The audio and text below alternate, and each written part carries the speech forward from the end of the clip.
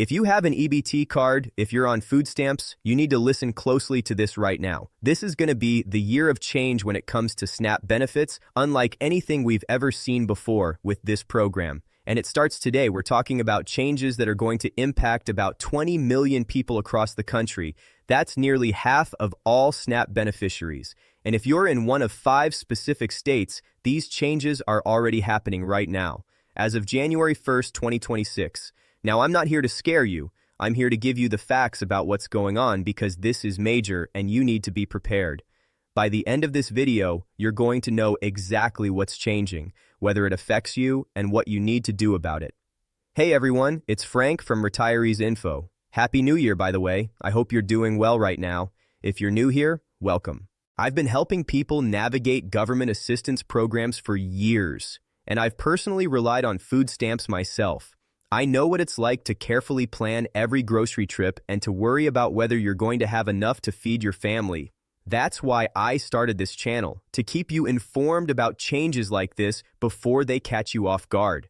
If this information helps you today, please hit that subscribe button and share this video. There are millions of people who need to know about this. So, here's what we're covering. I'm going to break down exactly what's changing with SNAP benefits starting right now in January 2026.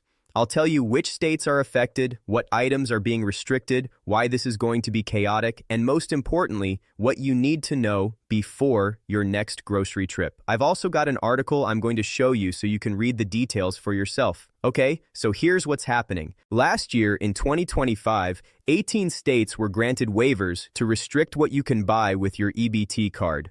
Specifically, these waivers allow states to ban the purchase of candy, sugary drinks, dessert foods, and other similar items.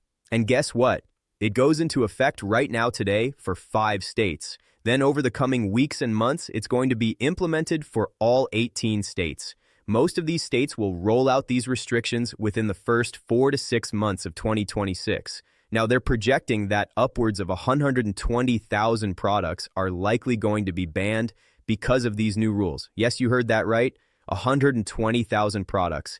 That's a massive change to what you can purchase with your food stamps. And here's the thing that makes this even more complicated. All 18 states are doing something different. It's not consistent across the board. Some states are just banning sugary drinks and beverages, some are just banning sugary foods and candies, and some are banning both.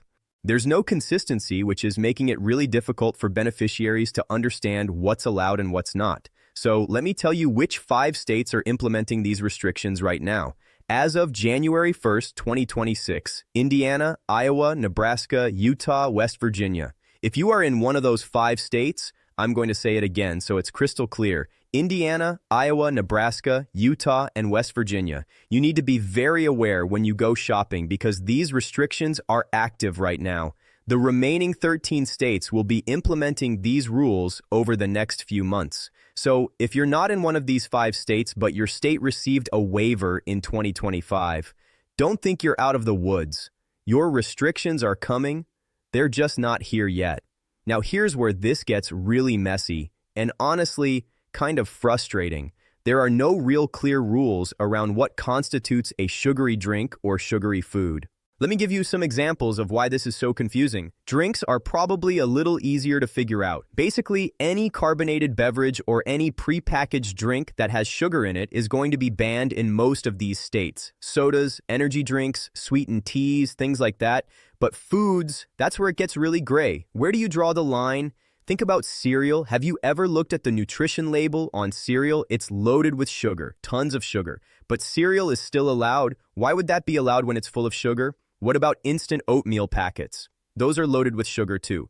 Probably why they taste so good, right? But those are still allowed. Meanwhile, prepared cookies and other dessert foods are completely banned. Do you see the problem here? The rules are incredibly vague. And here's the biggest problem of all. There's no real accurate way of policing this. How are they going to enforce these rules at the checkout counter? So, when you go to the checkout counter after spending all that time in the grocery store picking out items, that's when you're going to find out whether something is allowed or not. And it's going to come down to the discretion of the cashier. Think about that for a second. You might have a cashier who doesn't care and just wants to ring up groceries and go home. They might let everything through. Or you might have a cashier who wants to police everything and deny items left and right. It's going to be a massive divide where some people are getting approved for things and other people are getting denied for the same items. It's not like you ring up an item and the computer automatically rejects it because the UPC code flags it as restricted with EBT.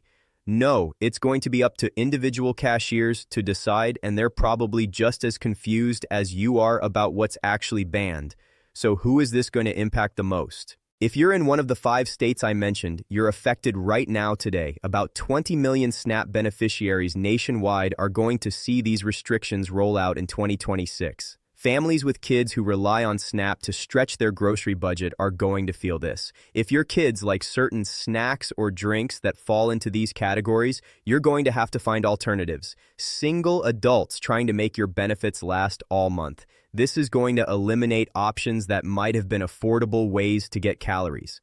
Elderly SNAP recipients who maybe have specific preferences or dietary routines, you might find that some of your regular items are suddenly off limits. Anyone in all 18 waiver states, even if your restrictions haven't kicked in yet, you need to start preparing now because they're coming within the next few months. Here's another scary part that you need to know about. Retailers who violate these rules may see a suspension of their ability to accept EBT payments for anywhere between 6 months and 24 months. So grocery stores could actually be punished by losing the ability to accept EBT for an extended period if they don't comply with the rules. But here's the problem. It's kind of hard to comply with rules when we don't have a clear set of rules outlined. Does that make sense? It's like saying follow the rules but not telling anyone exactly what the rules are. How do you define a sugary dessert food? To some people, cereal might be a dessert food. To others, it's a morning staple. This lack of clarity is going to create problems for both beneficiaries and stores. I'm going to be honest with you.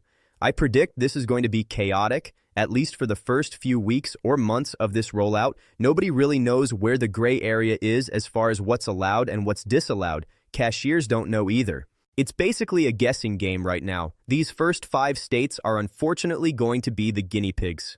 They're implementing this right now today, and they're going to encounter all the major compliance issues first. But here's the silver lining.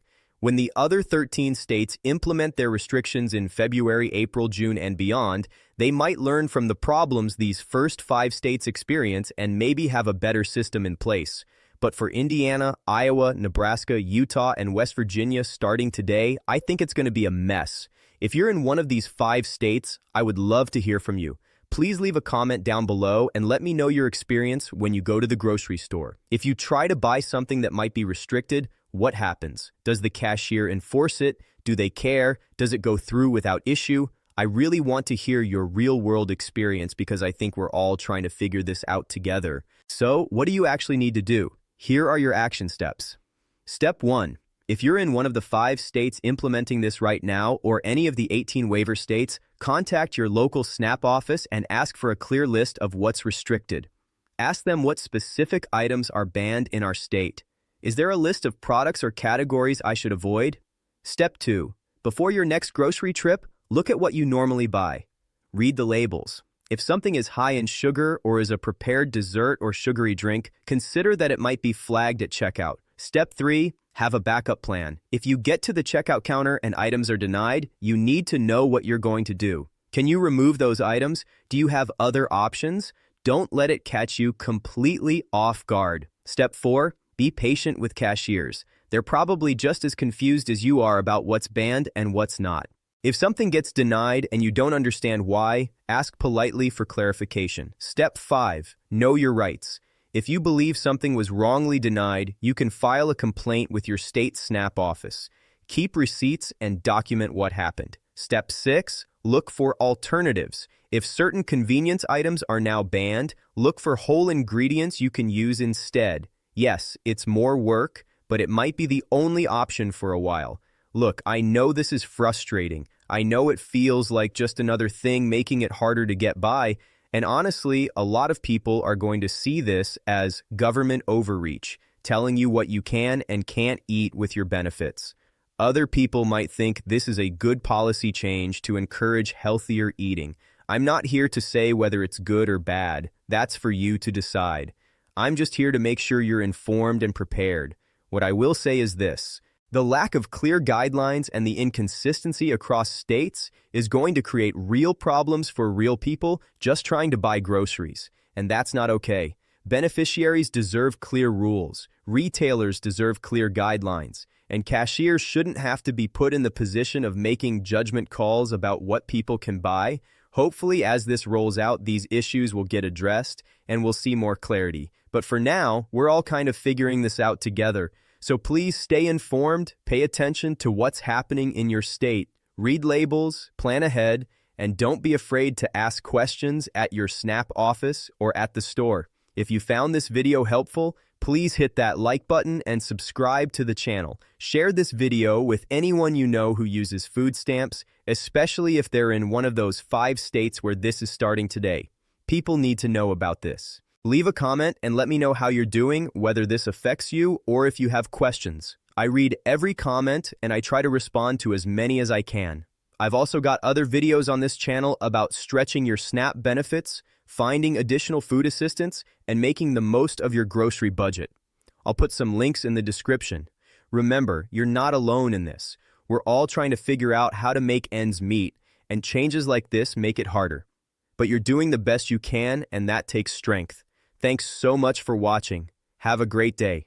Take care, and I'll see you in the next video.